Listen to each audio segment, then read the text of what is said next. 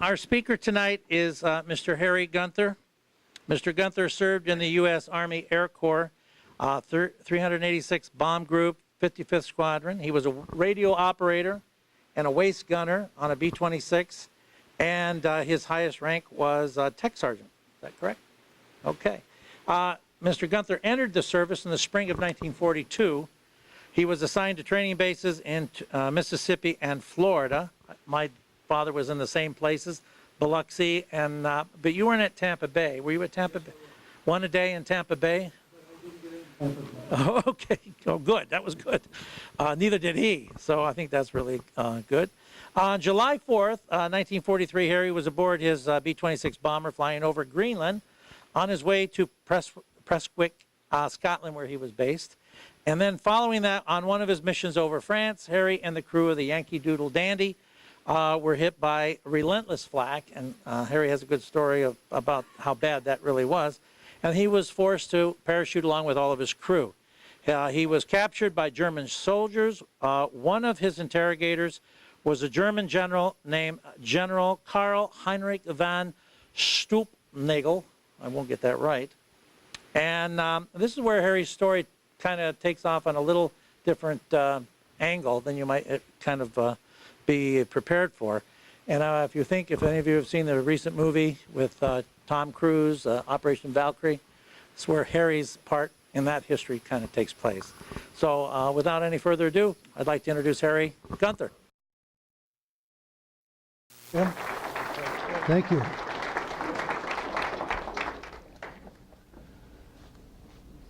I'm not going to take a lot of time with incidentals. Let's get to the meat of this thing. I will say, though, I'm really happy to see a great crowd and to learn from Tim that you're a very knowledgeable crowd. You're people who attend these often, and you've heard a lot of speakers talk about World War II, so I'm sure you've, and not to mention the fact that some of you were there. I've already talked to 3 or 4 of you tonight that were there and heard some interesting stories, and it's always been amazing to me. Well, I won't say always. After I retired from my career, I started to think more about what I'd been through in my life, including World War II. And all of the things that happened to me, I was a high school graduate from Toledo, Ohio. I'd never been more than 50 miles away from home. And all of a sudden, I'm in exotic places like Biloxi, Mississippi. Or Tampa, Florida got a little better. And then England, and and then the wonderful things, the training, the flying, all the things that a kid would dream about happened to me. Before I get into that, let me take just a second to sort of set the stage. Maybe something I know the young folks here have not thought of. At least I don't think they have. And many of you may not have thought of this. But let me tell you for just a couple of minutes the pickle that the United States was in 1941 when Japan attacked us at Pearl Harbor. Japan had conquered most of China, a lot of the Far East. Germany had gone into Poland, was marching through Russia, had conquered North Africa, could have taken Britain at the drop of a hat. The British themselves later said it would have been over in 2 days if Hitler would have invaded us. What would that have left? Germany could have taken the rest of Africa in a few days, as long as it took them to drive their tanks through. Japan could have finished in the Far East, finished Australia in a few days. So there we were, the Eastern Hemisphere, and we're in the Western Hemisphere, and what have we got? We got Canada to the north, good neighbors. We got South America, not such good neighbors. Many of them, as you know, since it's become known that they were sympathetic to the Third Reich. How many Germans escaped to South America after World War II? Many, and found safe harbor there. So there we were. The invasion on D-Day, June 6, 1944. How could we have launched the invasion across the Atlantic Ocean if Britain were gone? And Spain and all of Africa and the Scandinavian countries. The Far East. How could we have launched an invasion of Japan from our west coast of the United States? I mean, we were in a pickle. And if it hadn't have been for what eventually happened in World War II, people west of the Mississippi today have been speaking Japanese, and we in the East here may have been speaking German. I mean, it's that simple. When you bring it down to its very simplest terms and look at the world as it was then. So anyway, I always liked airplanes as a kid. I built models. I envy the kids today that build models because the models look exactly like the airplanes did because they're all perfect. The airplanes I built didn't look much like the original airplanes because I carved them out of balsa wood. And I was not a very good artist. But I loved airplanes. And in 1941, after I graduated from high school, everybody knew that any able-bodied young man was going to end up in the service. So I found out that if you would enlist, if you would volunteer, you could pretty much pick the branch of service you would serve in. So I said, I want to serve in the Air Force, so I'm going to enlist, which I did. And I said I want to be in the Air Force. I just quite couldn't see myself in a foxhole. One thing about the Air Force, at least I had a bed at night when I came home from a mission. The days were pretty uncomfortable, but at night at least I had a bed to sleep in and a fairly warm barracks. Not all that comfortable, but it wasn't bad, a lot better than a mud foxhole. And the Navy would have been nice. My brother was in the Navy, but I wanted to fly.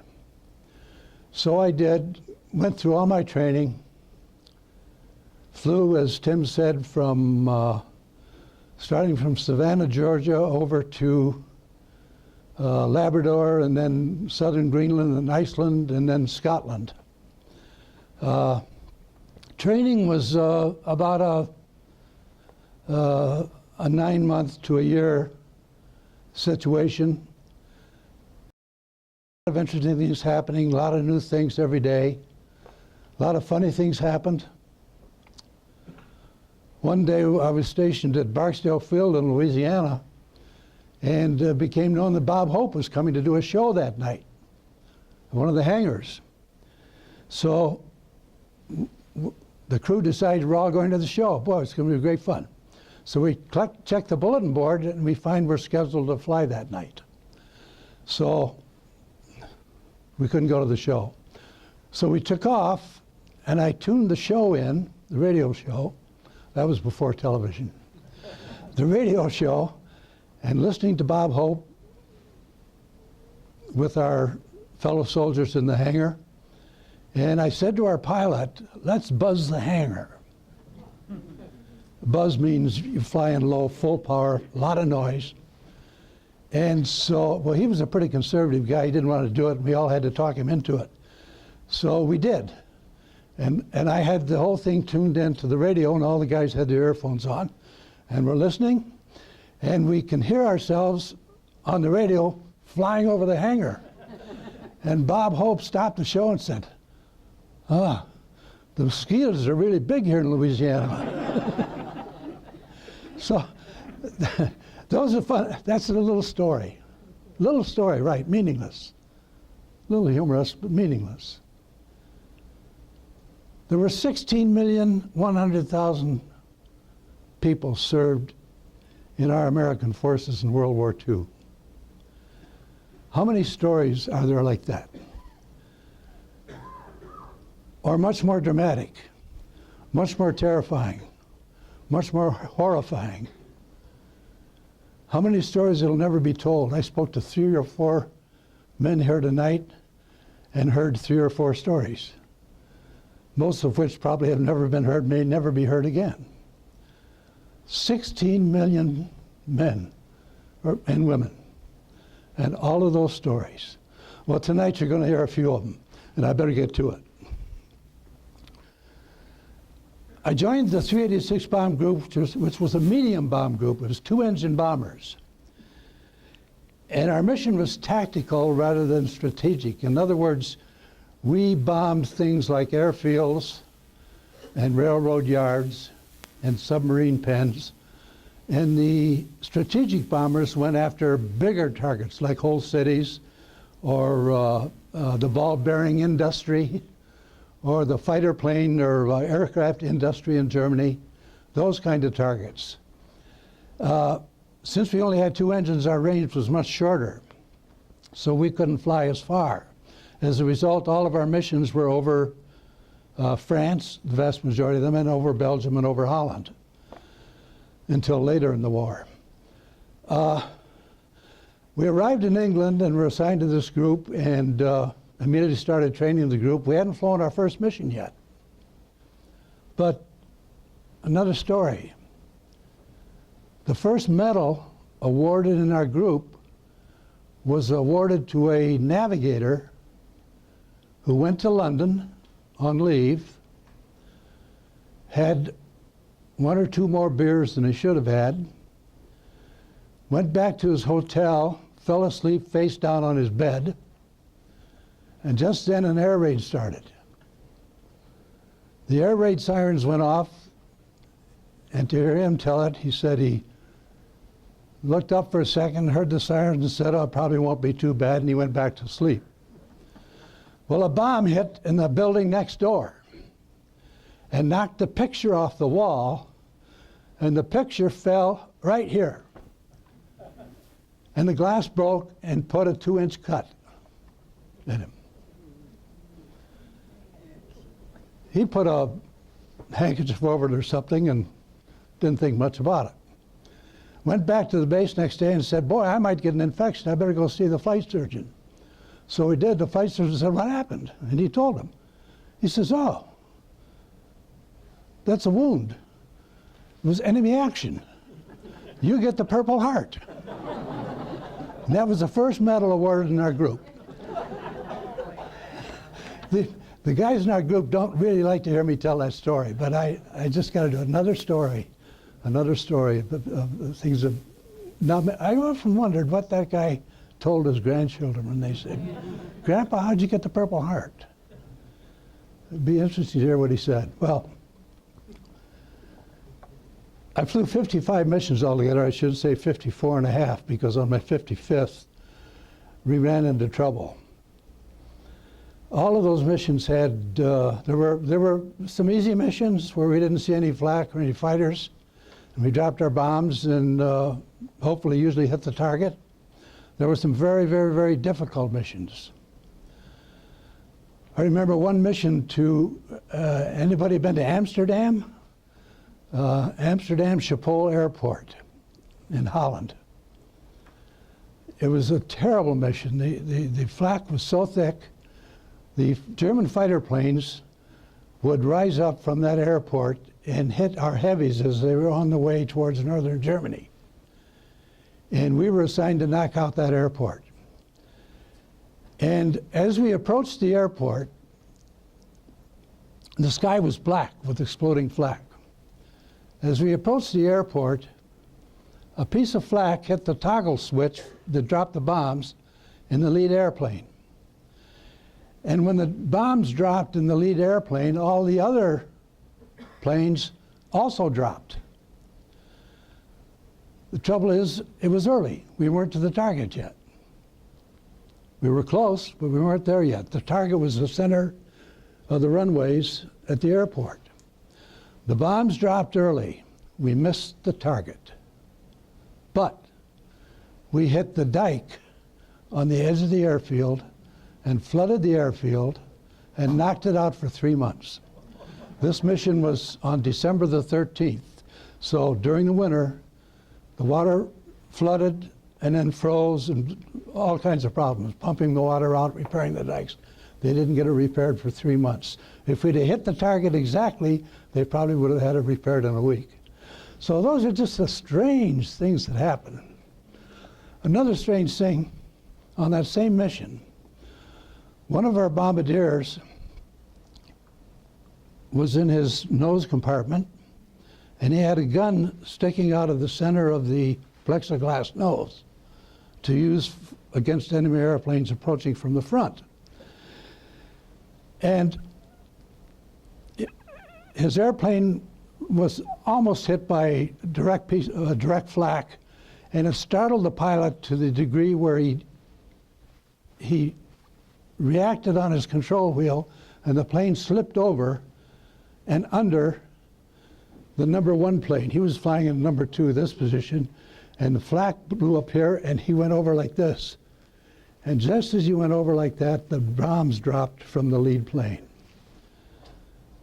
The bomb, one of the bombs, sheared the gun off this far from the nose in front of him. The barrel of the gun was gone.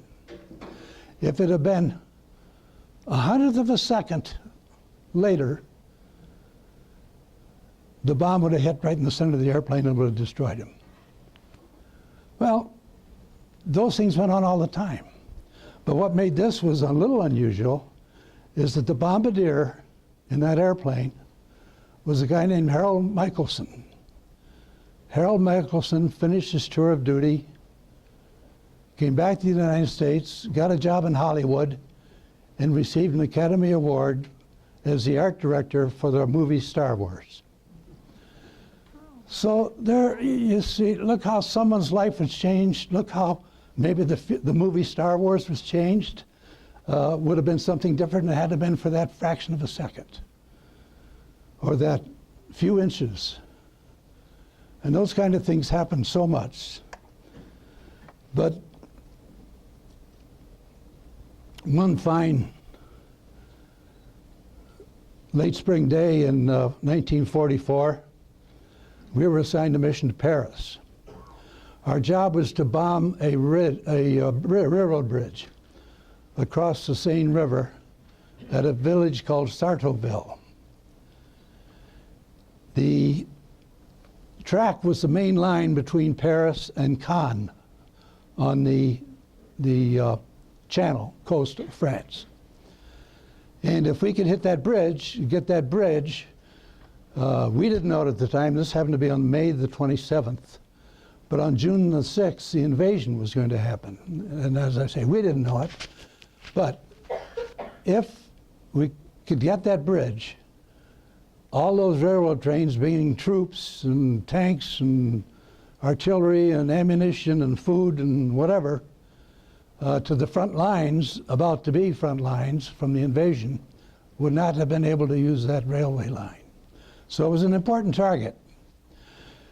We were told that Paris had recently changed their anti-aircraft defenses.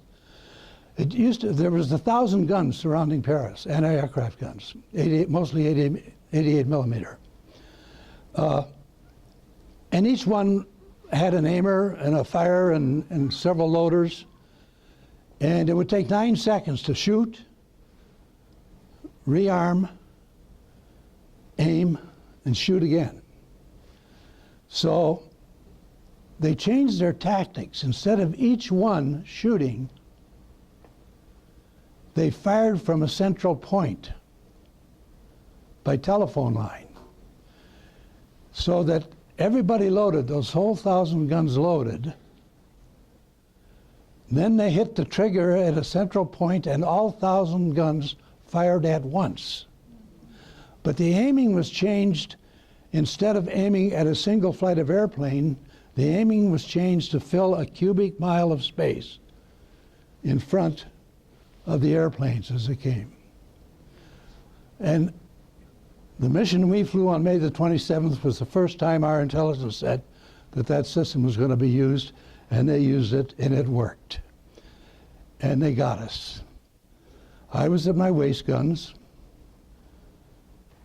I manned 2 guns, one out of the right side of the airplane and one out of the left side of the airplane. And we took a direct hit in our left engine. It didn't blow the engine off the airplane, but it knocked it askew, and the propeller was windmilling and vibrating the airplane terribly. We lost a lot of our fuel, and it was flaming behind us, and immediately became apparent to us that we were going down.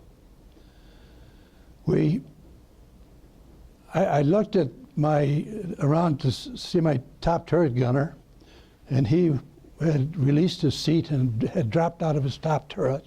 Those are the 2 guns on the top of the airplane that would circle and protect us from above. And I looked back to the tail where the tail gunner was, and he was backing out of his position. Our intercom was shot out. We had no communication with the front of the airplane, and we were going down fast. So I pulled in my gun, which was essentially blocking the window, pulled it in, checked my parachute, and rolled out of the window. Well, our crew and the crew had talked before we took off that if something happens to us while we're over Paris, don't pull the ripcord until you've fallen a while, because you don't want to pull the ripcord with that square mile of flak exploding every 9 seconds, or you'd be a sieve very quickly. So we waited. We all waited. We all remembered, thank goodness. And I pulled my ripcord. We were flying at about 12,000 feet when we were hit. And I pulled my ripcord at maybe 5,000 or 6,000 feet, and was extremely happy to see it open. And then I looked around and saw 2 other parachutes, which I took to be the tail gunner and the top turret gunner. And as I floated down and got a little closer to the ground, I couldn't believe I heard bees going by, and I said, how can this be? And then I looked down and I saw a road and a truck, and a whole group of German soldiers in the back of the truck with their rifles aimed up, and they were shooting at me. And those bullets going by went ding, and I thought it was bees. But fortunately, I was a lot skinnier then than I am now, and they missed. Well, I hit the ground. You would think you would know you're going to hit the ground if you're in a parachute, but somehow I wasn't paying attention, and I hit the ground in an awkward position and sprained my left ankle quite badly. And I didn't know I'd done it. When I stood up to run, I fell down. So I grabbed my chute, which we had been trained to do, and rolled it up. I'd landed in a forested area, lightly forested, and rolled it up to try to hide it under some bushes and hope to get away, because I knew the German soldiers were in the area. And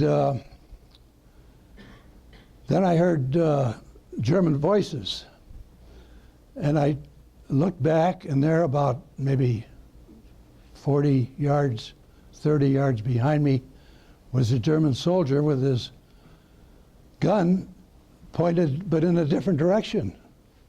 I was over here and he was pointing over here. So I said to myself, he's got Henry or he's got Jerry.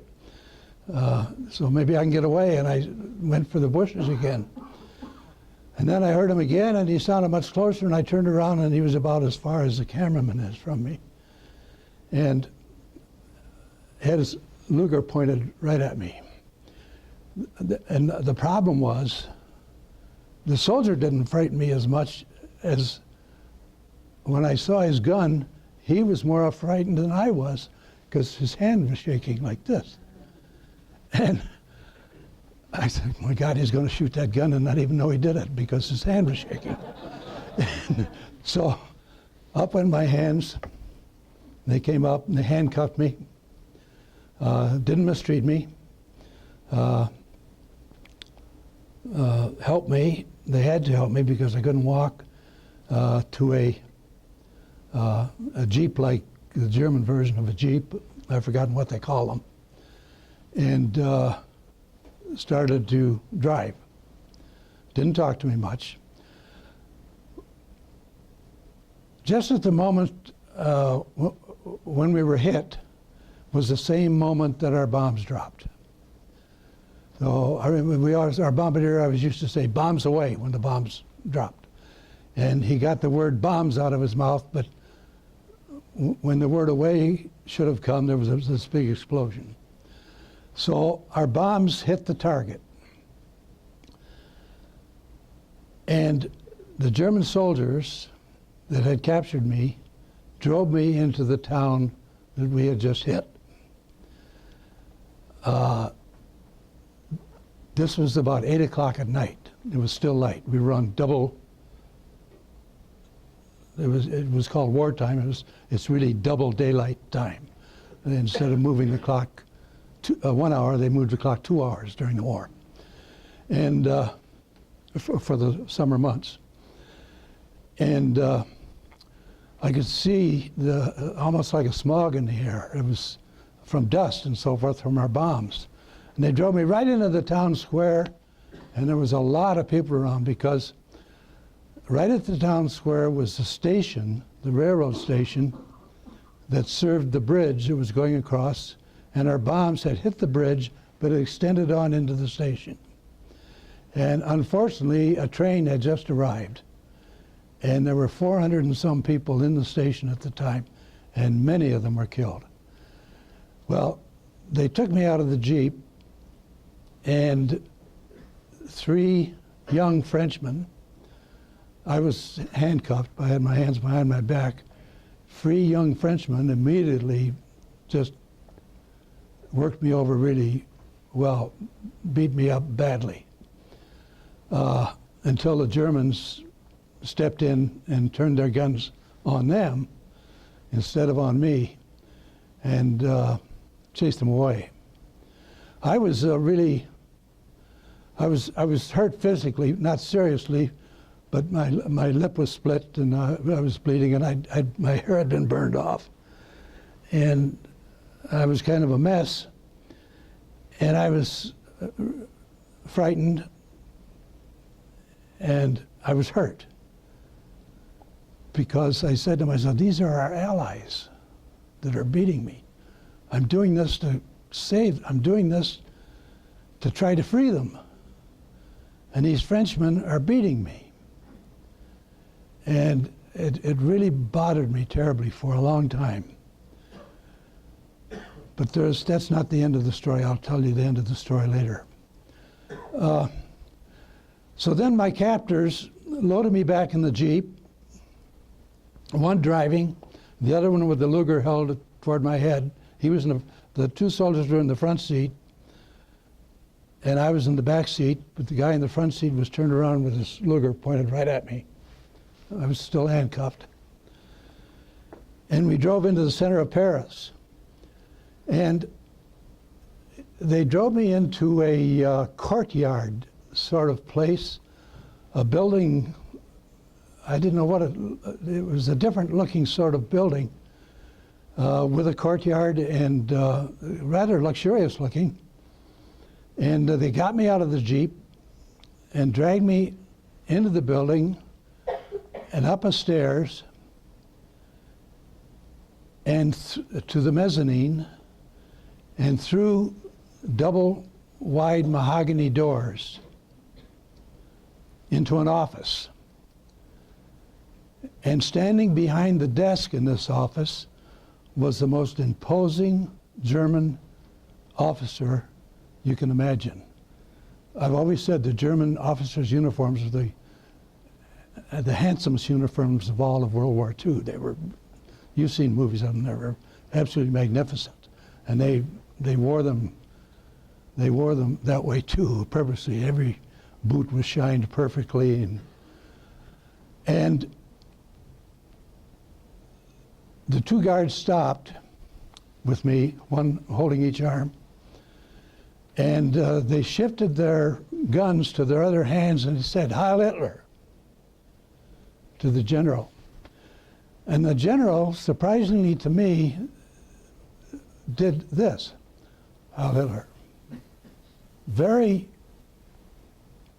casual, very, should I say sloppy? I don't know. But a general, he can do anything he wants.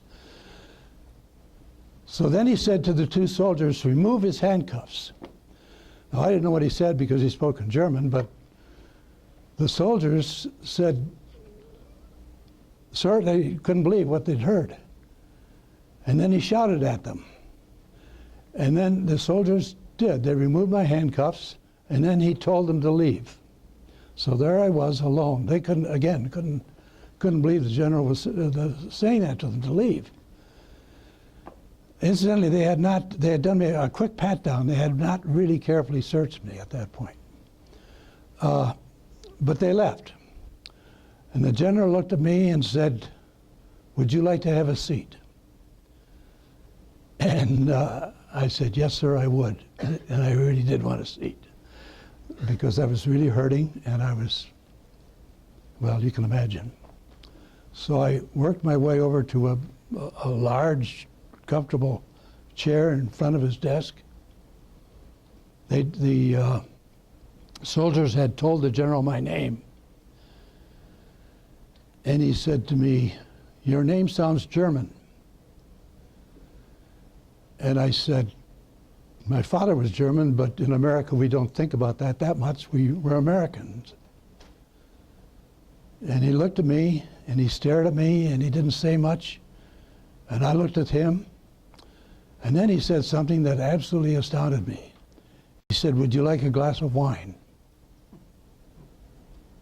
And I said, What's happening here? Last night, the night before, I was in London. I took my girlfriend. I wasn't married. I took my girlfriend to dinner, and took her to a dance at Covent Garden. We had a great time, and I caught the 11 o'clock train. That was less than 12. Look where I am now. I mean, less than 24 hours. Look where I am now. Beat up, bloody, burnt, in the office of a general of the enemy. I couldn't believe what had happened to me in one day. I said, "No, thank you, sir," although I really would like to have had that wine, but I couldn't see myself drinking with the enemy.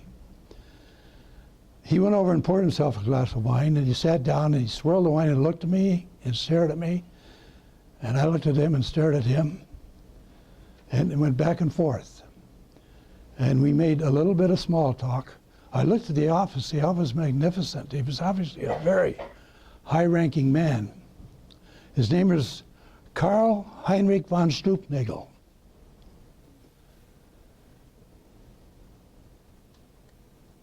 After about 8 minutes, 10 minutes of this, he pushed a button under his desk. At least that's what I thought he did, which evidently signaled the soldiers to come in, and they came back in. And he said, "I must let you go now." And incidentally, I had saluted him. When my arms were released, I had saluted him like this. Now, the rules of war say you respect the enemy officers as much as officer or rank is respected across, whether it's an enemy or a friendly rank. You do, and he saluted back this way. He didn't salute Heil Hitler. He saluted this way. So they handcuffed me again, and I said to him, and he spoke perfect English, incidentally. The guards did not. I said to him, "Sir, may I ask you a question?" And he didn't answer me, but he looked as though, "Yeah, I'll be okay if you ask me a question." So I said, "Why did you ask me to come here? Or why did you ask them to bring me here?" But he didn't answer. And the guards, again, Heil Hitler, and Heil Hitler, and we left. Well, again, that's not the end of the story. The end of the story is that less than 7 weeks later, General Karl Heinrich von Stubnagel, who it turns out was in charge of all of the occupying forces of France. He was in charge, he was the top German officer of all of occupied France. General Karl Heinrich von Stubnagel was arrested as being an integral part of the plot on Adolf Hitler, the plot to kill him, which happened in July. The plot, as you know, failed, and all of the conspirators were taken into custody. He was taken to Plattensee prison in Berlin, and 2 weeks later was hung by a meat hook until he was dead, and was filmed by Hitler so that he could watch the scenes of them suffering later for his own pleasure. So that was a strange brush with fate that happened to me again. Here I am, a little guy from Toledo, Ohio. Something like that happens to me is unbelievable to me that can happen. So they took me on to a prison, an old prison, a prison built in the 1800s, called Friends Prison on the outskirts of Paris. They kept me there for 3 days. I got to get moving. Kept me there for 3 days. All they did was feed me, didn't mistreat me, didn't question me, didn't do anything. Didn't let me wash my face or clean up any. I was still caked with blood. And then finally, on the third day, they loaded me into a truck with several other American flyers that had been shot down in recent days, and took us to the train station to move into Germany towards a prison camp. The trip was an amazing experience in itself. We sat in a compartment, 3 American flyers and 2 guards guarding us, and 2 other, maybe 3 other German soldiers going home on leave.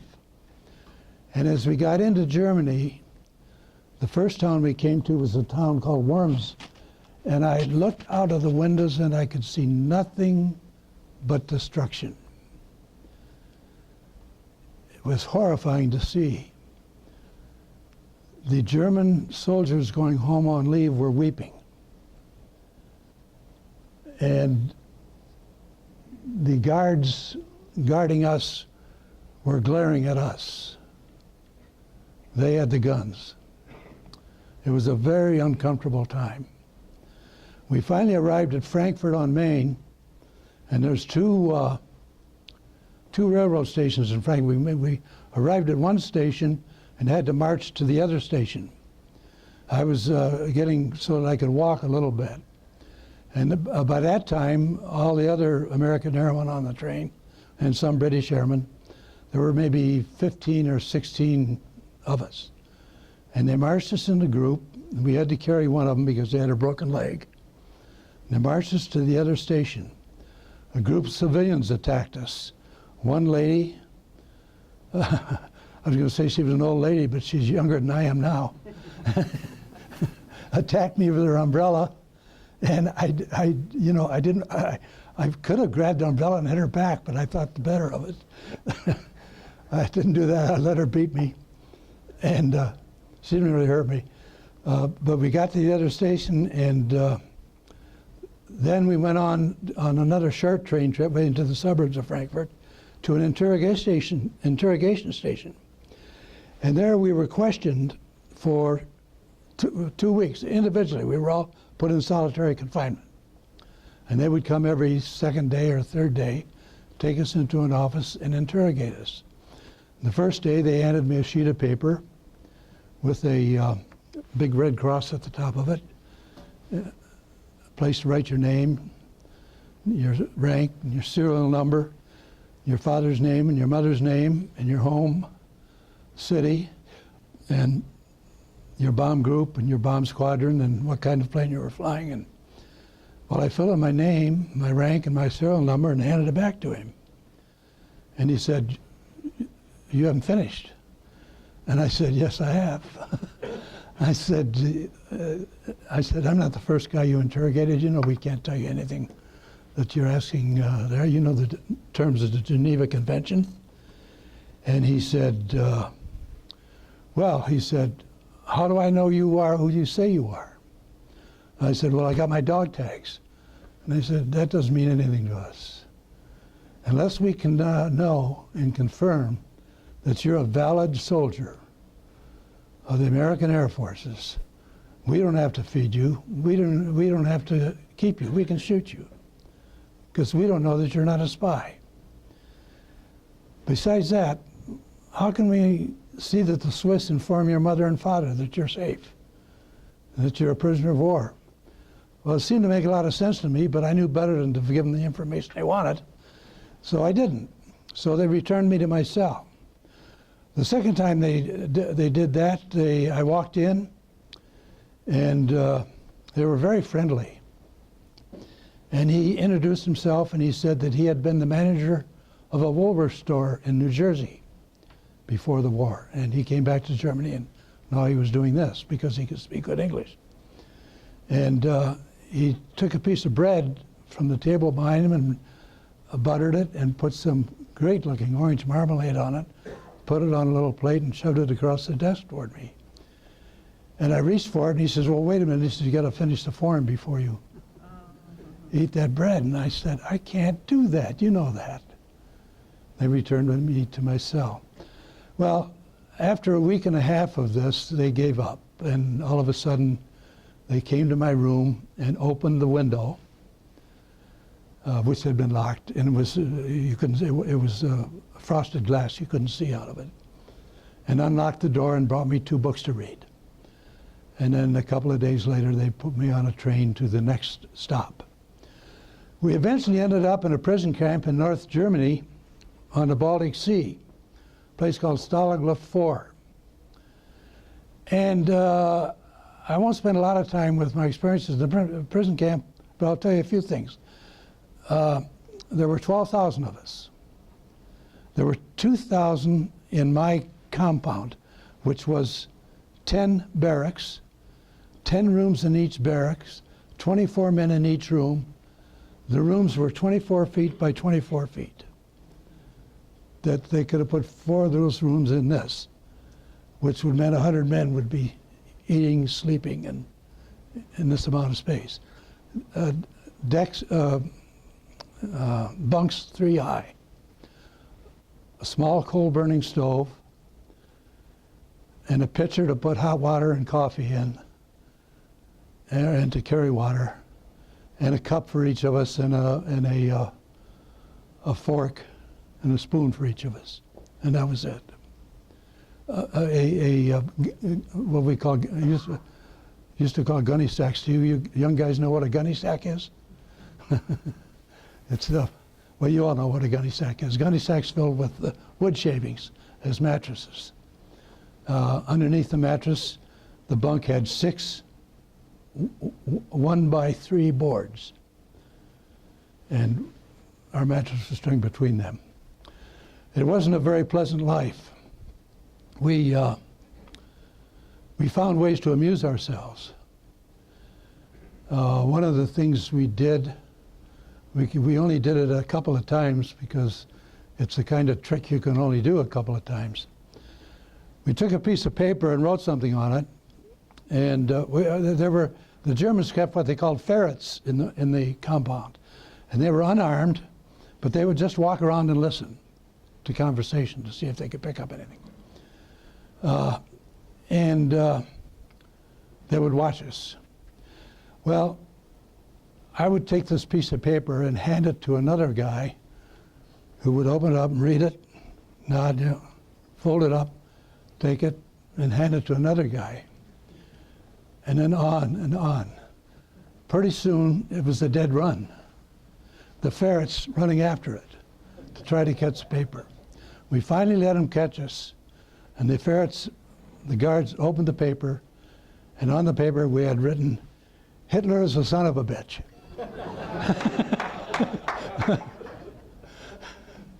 Then we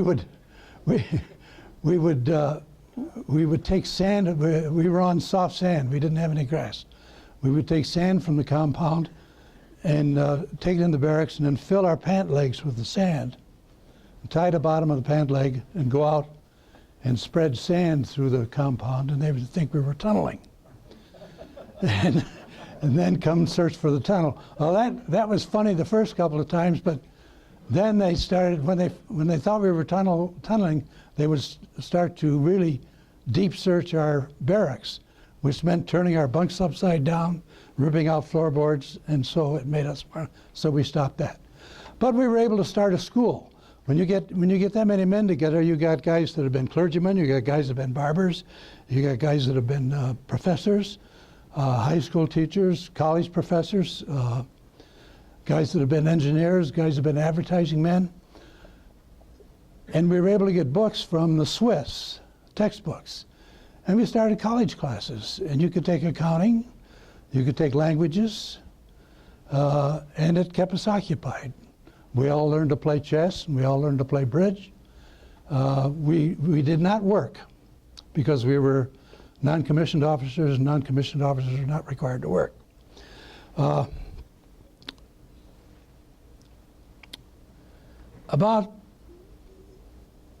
gotta say, the strange things, this will surprise you. I had a boy a young man in my room named Wilbur Green.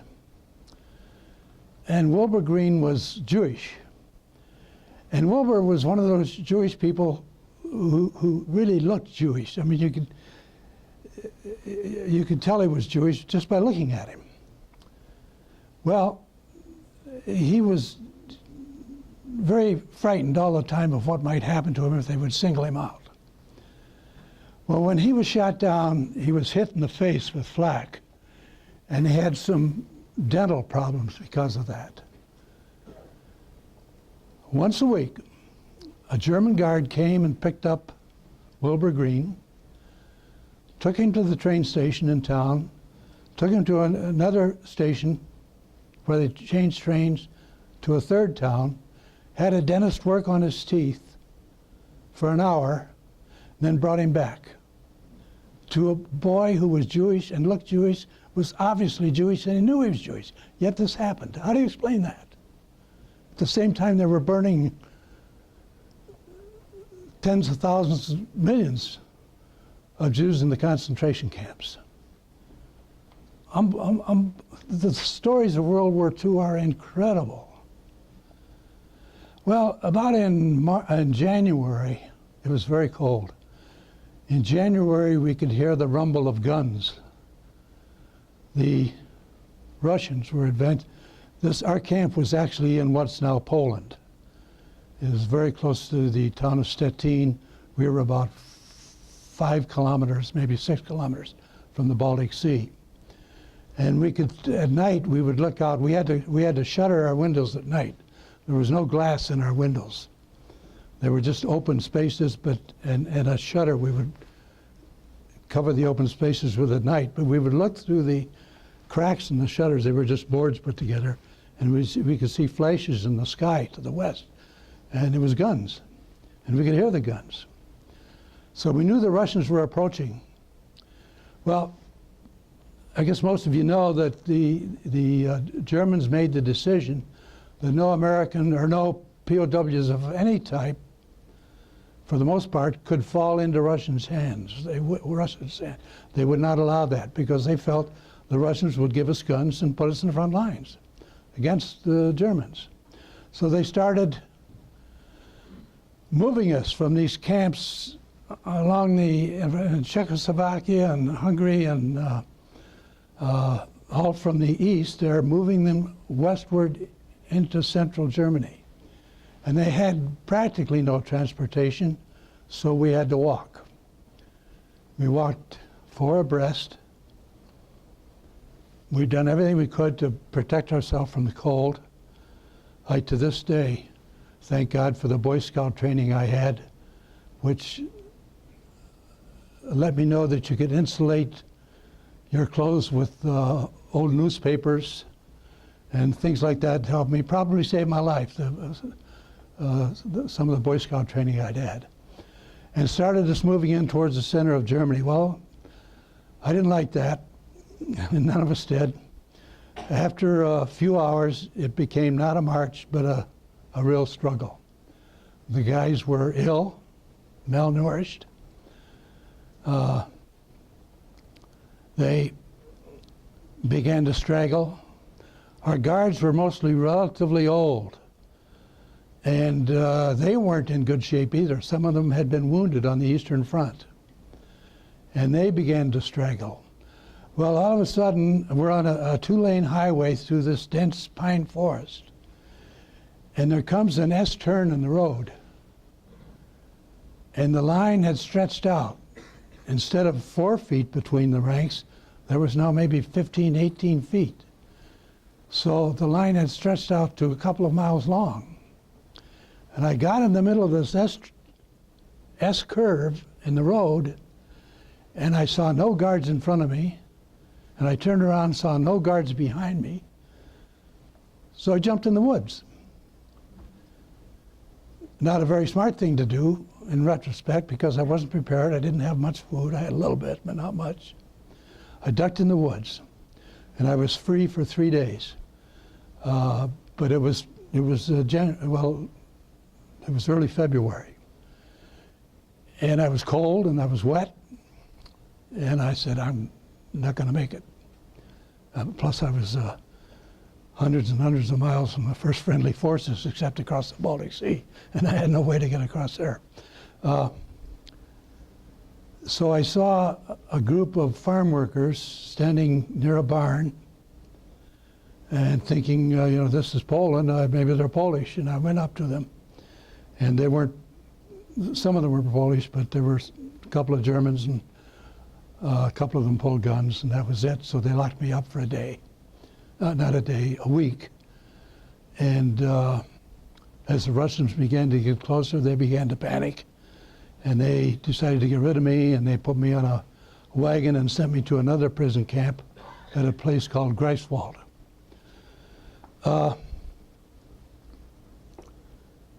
There, I changed my identity with a Canadian serviceman who was a private, so that I could get out and work, which was a great relief to me. I wasn't as bored, and we did things like unload railroad cars, and